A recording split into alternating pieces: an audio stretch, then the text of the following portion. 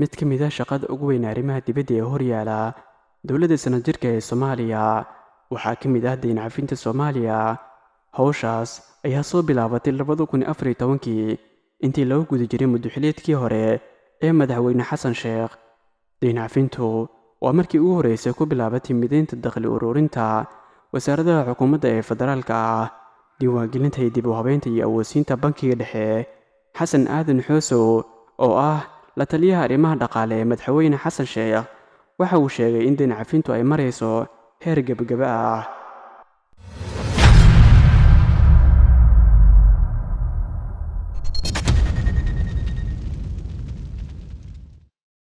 sidee loogu yeeshay deynta Soomaaliya? Deynta lagu leeyahay Soomaaliya waa 5 bilyan iyo 200 kun oo dollar. Waxaa la amaaday 30kii sano ee ugu horeeyay xornimada, laakiin deynta ugu badani waxaa la galay intii u dhaxaysay 1978 ilaa 1990kii. waa intii askarta xukunka boobtay ee kacanka ay ahaayeen talada dalka. waxay isugu jirtaa dhaqaale lagu fuliyay mashruuc la xiriira beeraha iyo xoolaha, iyo xitaa dhismayaal iyo qayb la rumaysan yahay in loo adeegsado arrimo siyaasadeed iyo howlo ciidan iyo dana shakhsi.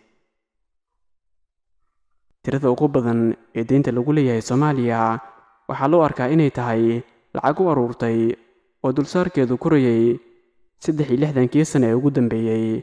deynta rasmiga ah waxaa lagu qiyaasaa 2 bilyan oo dollar, inta kalena waa ribo ku kordhaysay sanadba ka uu ka dambeeyay. haddaba yaa ku leh Soomaaliya deynta? lacagta deynta waxaa Soomaaliya ku leh dalal dhowr ah oo ku kala jira isbahaysiyo dhaqaale oo kala duwan. dalalka boobay ee deynta leh waxaa ka mid ah kuwa ku midaysan naadiga Paris.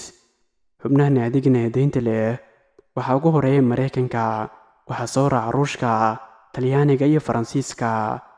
Mareykanka oo keliya waxa uu Soomaaliya ku leeyahay qiyaastii 20% deynta oo dhan, waa lacag dhan 1 bilyan oo dollar, halka deynta Ruushka ay u dhiganto 13% deynta 5 bilyan ah, waxay u dhigantaa qiyaastii 650 milyan oo dollar.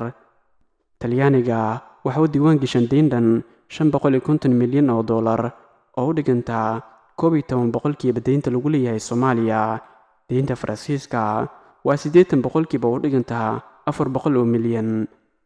dalalka kale ee Soomaaliya deynta ku leh waxaa ka mid ah dalalka Carabta, Sacuudiga, Imaaraadka, Ciraaq, Kuwait iyo ururo Carbeed, iyo kan ururka dalalka shidaalka soo saara ee OPEC.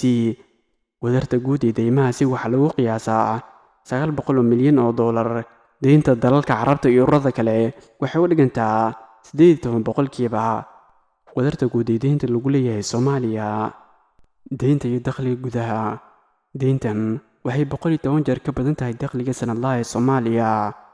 khubarada dhaqaalaha waxay sheegaan in deynta la iska bixiyo waxay qaadan kartaa sanad dhan oo la ururiyo dhaqaalaha dowladda iyo dadka, xitaa qof walba oo Soomaaliya oo soo gala, iyadoo aan hal shilin wax kale loo adeegsado.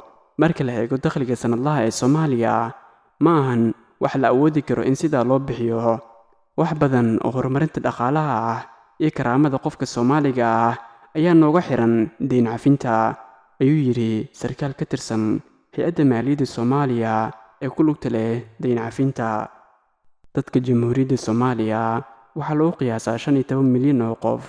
haddii deyntaasi loo qaybiyo dadka Soomaaliya, waxa uu qof walba yeelanayaa lacag dhan oo deyn ah 350 dollar. waa lacag wax ka yar dakhliga uu heli karo qofkiiba 12 bilood. hadda Soomaaliya waxay haysataa ballanqaad ah in deymaha ugu yaraan qayb laga cafin karo, laakiin waa inay buuxisaa shuruudaha deyn cafinta oo dhan. qaar baa la hirgeliyey shuruudaha, laakiin waxaa dhiman kuwa loo arkay inay yihiin kuwa ugu adag. waxaa ka mid ah in la hirgeliyo canshuur midaysan oo laga qaadayo dekedaha iyo garoomada Soomaaliya oo dhan.